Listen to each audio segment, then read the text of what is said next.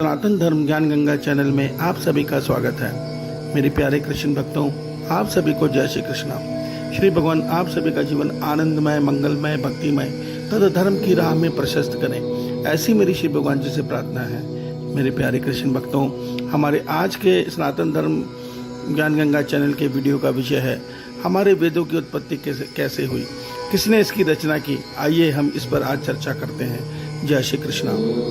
मेरे प्यारे कृष्ण भक्तों, हमारे वेदों की रचना किसी मनुष्य ने नहीं की, ना ही किसी ऋषियों ने की है, ना ही इन्हें देवी देवताओं ने रचा है, ना ही इसे ब्रह्मा जी ने बोला है। देखिए, ये वेद हमारी सृष्टि को किस प्रकार मिले, इसके पीछे बहुत सुंदर वैज्ञानिक परमात्मा का विज्ञान है। आइए इसको हम सरल रूप में समझते हैं। मेरे प्यारे कृष्ण भक्तों, सृष्टि के आरंभ में जिस समय ये प्रकृति महाप्रलय के बाद महाप्रलय में सुप्त अवस्था में रहती है, अव्यक्त अवस्था में रहती है, तो इसको अव्यक्त से व्यक्त बनाते हैं परमात्मा अपनी ओम रश्मियों के द्वारा, अर्थात अपनी ब्रह्म शक्ति के द्वारा, जिसको हम आत्मा भी बोलते हैं। तो देखिए, वो जो इस ब्रह्मांड में परमात्मा के द्वारा आती है, तो उसके ये पराध्वनि रूप में आती है, और उस पराध्वनि में इसके साथ साथ परमात्मा वेदों के छंद को भी देते हैं, अर्थात इस पराध्वनि ओम रश्मि शक्ति के साथ परमात्मा के वेद भी छंद के रूप में इस पराध्वनि रूप में आते हैं। अब वो वेद इस पूरे ब्रह्मांड में, इसमें पूरे निर्देश है ओम रश्मि के लिए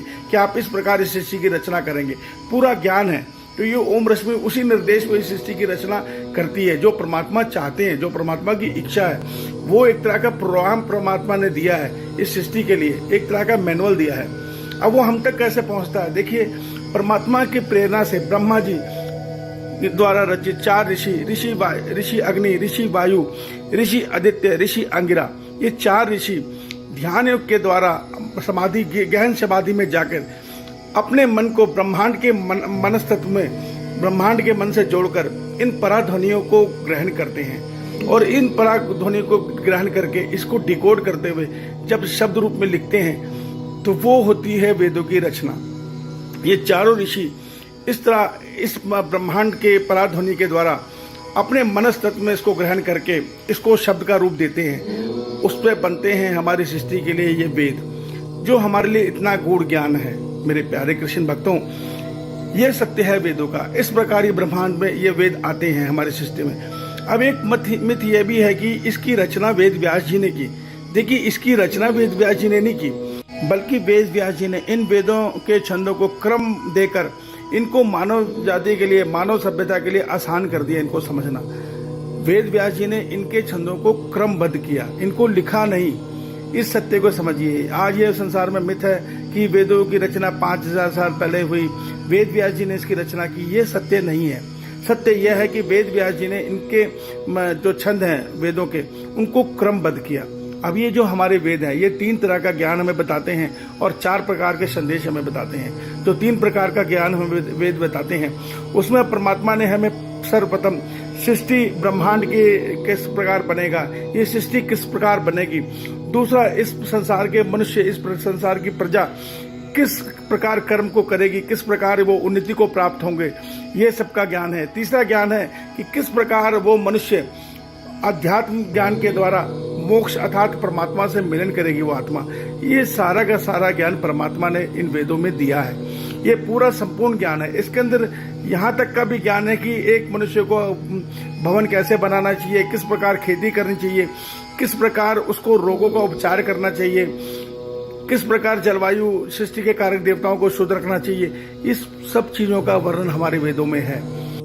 और मनुष्य को धर्म, अर्थ, काम, मोक्ष का पूरा ज्ञान भगवान ने इस वेदों में दिया है। अर्थात हम वेदों को पढ़कर हम आसानी से धर्म, अर्थ, काम, मोक्ष के मार्ग को जान सकते हैं, और इन मार्गों को जानकर, इस मार्ग पर चलकर ही हमारा कल्याण संभव है। आप एक सत्य समझिए, धर्म, अर्थ, काम, मोक्ष का सरल रूप भगवान ने श्रीमद् भगवद गीता में हमें बता दिया है। अर्थात जो कर्मयोग का मार्ग है, वो इन चारों मार्गों का संगम ही है। धर्म, अर्थ, काम, मोक्ष का मार्ग कर्मयोग का मार्ग है, जिसमें मनुष्य कर्मयोग के द्वारा अपने मन को संसार से विरक्त कर सकता है, और सांख्य योग अर्थात ध्यान योग के द्वारा अपने आत्मा का अपने परमात्मा से मिलन कर सकता है। मगर उसको इस मार्ग पर चलना होगा। केवल नाम जपने से, ईश्वर का नाम जपने से कुछ नहीं होगा। भगवान कहते हैं कर्म तो करना ही पड़ेगा, बिना कर्म को किए कोई सिद्धि नहीं मिलने वाली। तो मेरे प्यारे कृष्ण भक्तों, हमें अपने इस वेदों को समझना है। आज हम इस अपने वेदों से दूर हो गए हैं। आज का जो विज्ञान है वो वेदों के बताए विज्ञान से मेल नहीं खाता, तभी आज के विज्ञान में त्रुटियां हैं।